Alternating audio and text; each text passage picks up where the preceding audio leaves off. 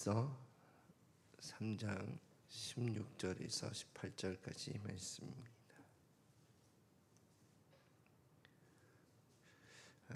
제가 제목이 잘못 썼네. 17절, 18절 두 절입니다. 17절과 18절 두 절입니다. 함께 한 목소리로 합독하시겠습니다. 시작. 왕이여, 우리가 섬기는 하나님이 계시다면 우리를 맹렬히 타는 풀무불 가운데에서 능히 건져내시겠고 왕의 손에서도 건져내시리이다. 그렇게 하지 아니하실지라도 왕이여, 우리가 왕의 신들을 섬기지도 아니하고 왕이 세우신 금신상에게 절하지도 아니할 줄을 아옵소서. 아멘. 오늘은 사명을 따르는 삶의 목표라는 제목으로 함께 말씀을 나누고자 합니다. 오늘 말씀의 어떤 주인공은 다니엘의 세 친구입니다. 다니엘과 세 친구 이렇게 표현해도 될 텐데, 오늘 이야기 금신상 풀무불 이야기는 다니엘은 사실 빠져 있고 다니엘의 세 친구만 나와 있는 거죠. 그런데 다니엘과 세 친구는 유다 왕국이 이제 망해가는 시기인 포로 시기, 포로 시기에는 세 차례에 걸쳐서 바벨론으로 포로로 잡혀가는 그 시기에 두 번째 2차 포로 시기에 대규모로 이제 포로로 잡혀갈 때에 왕족들이 함께 볼모로 잡혀갔거든요.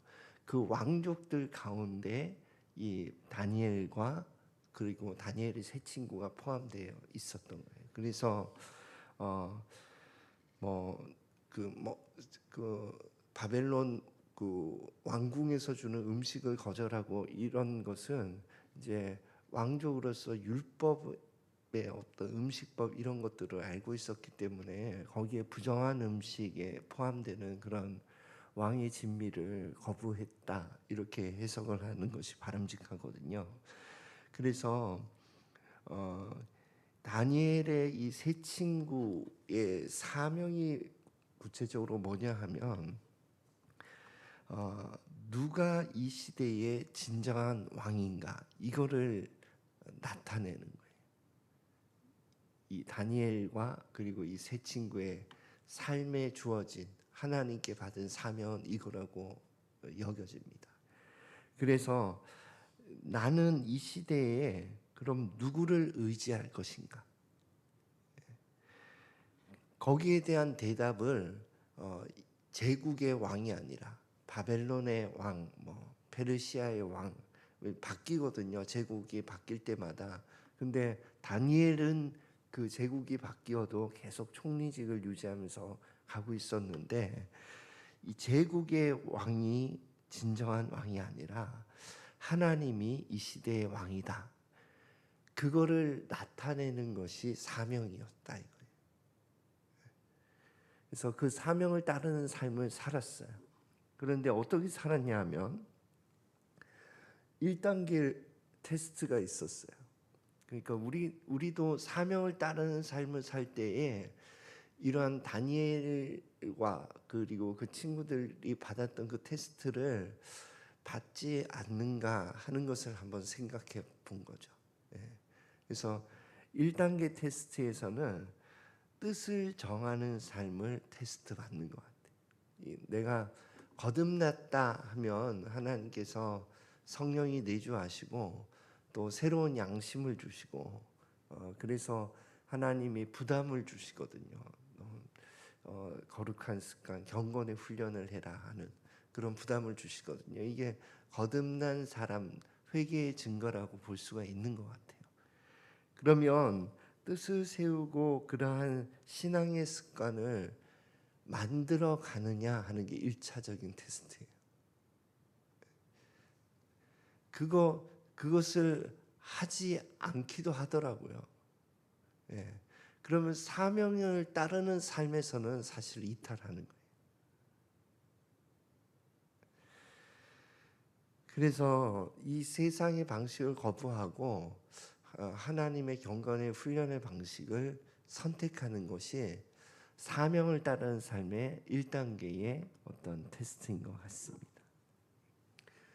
두 번째 단계에서는 이제 금신상 테스트를 받습니다. 그게 이제 누가 나의 진정한 왕인가를 신앙 고백하는 거죠. 정말 너의 왕이 누구냐 하는 것을 묻는 그 테스트를 합니다. 뭐 예를 들면 돈의 영역에서 하나님이 하시기도 하고, 또 예를 들면 내가 의지하고 있는 어떤 사람, 또 내가 의지하고 있는 어떤 것, 이런 것에 대해서 하나님께서 테스트하세요. 누가 너의 왕이냐? 네가 의지할 것, 의지할 분 누구냐 하는 것을 묻는 거죠. 그래서 그때에 두 번째 테스트에서 금신상에 절을 하면 사명의 삶에서 재수 삼수를 하든가 아니면 이탈하는 거죠. 그래서 이때에 내 왕은 하나님이십니다 하는 것을 고백하고 이 테스트를 통과하면 풀무불까지 가는 거예요.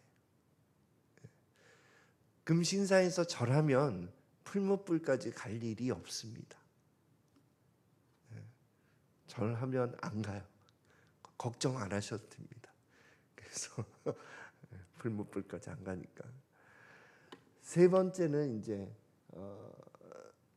풀무불 테스트인데, 믿음으로 죽을 것인가 아니면 이 믿음과 사명을 포기하고 살 것인가, 이 테스트인 것 같더라고요. 그래서 우리의 삶의 여러 영역에서 어떤 때는 아주 강도 높게 테스트하시기도 하고, 어떤 때는 작게 일상의 작은 테스트를 하시기도 하세요. 예. 그렇지만 이제 내가 받은 이 사명을 내가 따를 것인가 아니면 이 사명을 포기하고 살 것인가 하는 그러한 테스트가 풀무불 테스트인 것 같습니다. 그런데 다니엘의 세 친구는 이렇게 고백하죠. 우리 오늘 본문처럼 다시 한번 고백을 한번 합독해 보겠습니다. 시작. 하나님이여, 우리가 섬기는 하나님이 계시다면 우리를 맹렬히 타는 풀무불 가운데에서 능히 건져내시겠고 왕의 손에서도 건져내시리이다. 그렇게 하지 아니하실지라도 왕이여, 우리가 왕의 신들을 섬기지도 아니하고 왕이 세우신 금신상에게 절하지도 아니할 줄 아옵소서. 아멘. 이게 정말 하나님을 왕으로 여기는 자의 신앙 고백이죠. 그래서 뭐 이 왕이 돈이 되었든 혹은 왕이 내가 의지하는 어떤 사람이 되었든 그것에 대해서 이렇게 고백할 수 있다면 사명을 따르는 삶을 지금 선택해서 가고 있는 것입니다. 그러면 이 사명을 따른 삶의 어떤 결과 혹은 축복이 뭐냐 하면 그 풀무불 안에서, 이 풀무불 안으로 들어간다는 것은 죽음을 선택한다는 거거든요. 내가 의지하는 그것을 내려놓고 죽는다는 거예요. 우리의 삶에서는 그래서 자기 죽음이라고 하는 것이 크고 작게 훈련이 되어야 합니다. 그래야 결정적인 순간에 배교하지 않죠. 지금은 우리가 배교할 상황이 아니지만 세상이 어떻게 바뀔지 모릅니다. 세상이 어떻게 바뀔지 몰라서 예수 믿으면 예수 믿을래 안 믿을래 이런 상황이 올지 모른다 이거예요. 그때 우리가 정말 예수님은 나의 주인이시고 나의 구원자시고 나의 왕이십니다 하는 것을 내 목숨과 바꾸어야 될 시대 상황이 올지도 모릅니다. 안 올지도 모르고. 그러나 그때에 내 죽음을 선택하려면 일상에서 자기 죽음이 훈련되어야 해요. 그러면 그 자기 죽음을 통해서 풀무불 안에서 죽어야 마땅한 그 풀무불 안에서 주님을 만나는 거예요. 그리고 그 주님을 만남과 동시에 나의 삶 가운데 주님의 영광이 빛을 발하는 겁니다. 그래서 풀무불에 넣었던 그 바로 옆에 있던 그 이웃이 와, 하나님이 살아계시구나. 너는 하나님의 사람이구나 하는 것을 인정해 준다는 거예요.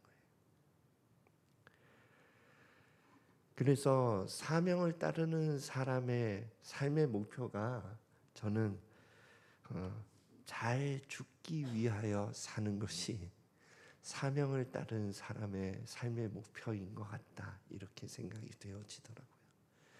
제가 신앙이 어릴 때에는 예수를 믿으면 잘 살기 위해서 예수를 믿는 줄 알았어요. 이 세상에서 위험에서 보호받고 이 세상에서 축복을 받고 자녀들 잘 자라고 이런 잘 살게 해주시는 분인 줄 알고 예수를 믿었어요. 그러나 신앙의 길을 걸어가다 보니 사명자의 삶은 잘 죽기 위해서 사는 거였더라고요.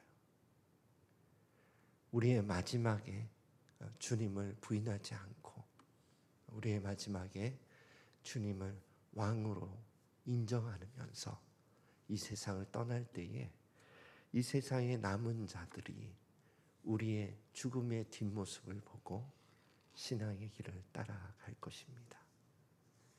그래서 일상에서 자기 죽음을 실천하는, 그래서 마지막에 주님의 영광 가운데 들어가는 저와 여러분이 되시기를 예수 그리스도 이름으로 축원드립니다. 기도하겠습니다. 하나님 아버지, 우리를 구원하셔서 우리에게 이 세상에서 이 시대에서 사는 삶의 사명을 맡겨주심을 감사드립니다. 우리가 그 사명을 붙들고 끝까지 잘 죽기 위한 자기 죽음의 삶을 살아갈 수 있도록 도와주시옵소서. 그래서 그 삶 가운데 주님이 드러나고 주님과 동행하는 삶을 살 수 있도록 축복하여 주시옵소서. 감사드리며 예수 그리스도 이름으로 기도드립니다. 아멘.